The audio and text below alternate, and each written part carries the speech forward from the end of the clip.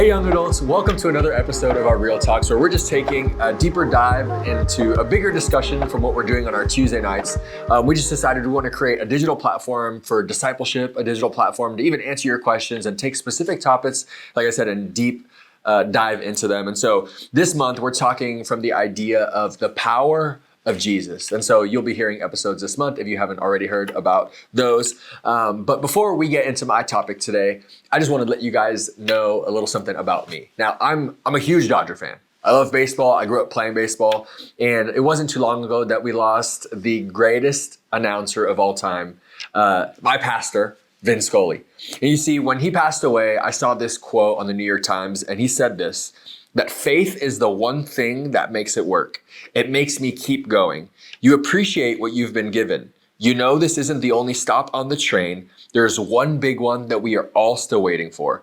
I use my faith to guide me straight and narrow and strong, that's for sure.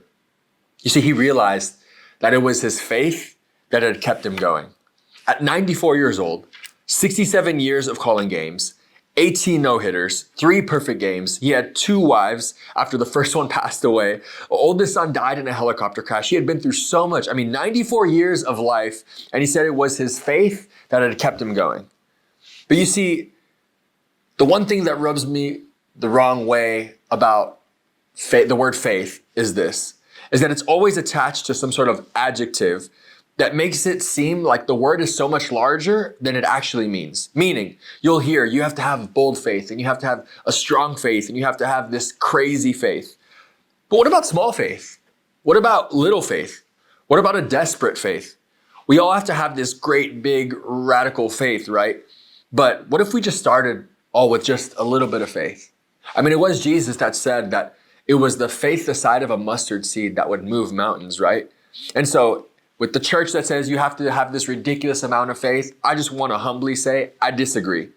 I don't even believe it's the size of your faith that matters, but it's the size of your God that matters.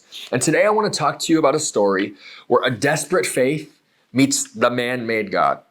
It's in Mark chapter 5, starting at verse 25. It says, and a woman was there who had been subject to bleeding for 12 years. She had suffered a great deal under the care of many doctors, and she had spent all she had. Yet instead of getting better, she grew worse. When she heard about Jesus, she came up behind him in the crowd and touched his cloak, because she thought, if I could just touch his clothes, I will be healed. Immediately, her bleeding stopped, and she felt in her body that she was freed from her suffering. At once Jesus realized the power had gone out from him. He turned around in the crowd and said, who touched my clothes? You see the people crowding against you, his disciple answered, and yet you can't ask who touched me? But Jesus kept looking around to see who had done it. Then the woman, knowing what had happened to her, came and fell at his feet, trembling with fear, and told him the whole truth. He said to her, daughter, your faith has healed you. Go in peace and be freed from suffering. You see, the Bible doesn't give us this woman's name, but she is ashamed and rejected and outcast. The woman can't even come near the synagogue because of the sickness. It had made her ceremonially unclean. This woman is broke. It said she had spent all her money, and she even grew worse. But what I observe here is the posture that we find this woman in. The position that her life had taken because she was hit with something that she couldn't handle. And the place that she was looking for in hopes that a savior might heal her. I want to ask you guys watching this today, how many of you have a Jesus problem? I didn't say you have a problem with Jesus. I'm saying you have a problem that only Jesus can fix. There are some problems that require a Jesus solution. And I want to speak to anyone listening right now. There will be problems in your life that only Jesus can heal. And this woman had a name, yet she identified with her issue. Notice Jesus goes, who touched me? And he keeps looking around to see who had done it. Then the woman, knowing what had happened to her, came and fell at his feet, it says, trembling with fear, and told him the whole truth. He says to her, daughter, your faith has healed you. Go in peace and be freed from your suffering. And can we just take a moment to think about this? Imagine looking into the face of God. Hebrews 1:1-3 says, in the past, God spoke to us through the prophets at many times in various ways, but in these last days, he has spoken to us by his Son, whom he appointed heir of all things, and through whom he had also made the universe. The Son Jesus is the radiance of God's glory and the exact representation of his being, sustaining all things by his powerful word. See, in the Old Testament, you couldn't see God. In Exodus 34, Moses gets lucky just to see the backside of the Lord. Now, Jesus looks at this woman eye to eye, face to face. You see, the old way says that you can get a glimpse of his backside.